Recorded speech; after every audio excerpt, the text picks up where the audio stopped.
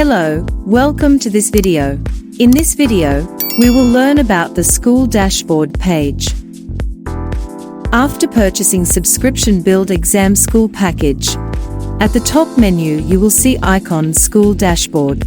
Click on it and enter to your school dashboard page. At this page you can add, remove or deactivate a teacher to your subscription. Also, you can see total teachers you have. All exams and PDFs generated are made by your teachers at this month, and subscription end date. In the Add New User under your account section, you can add any teacher to your school subscription by his or her email address.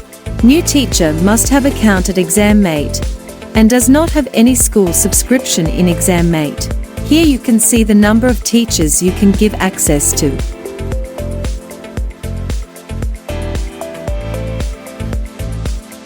You can deactivate, delete and activate again the teachers. For a better understanding of using the ExamMate website, be sure to watch our other videos.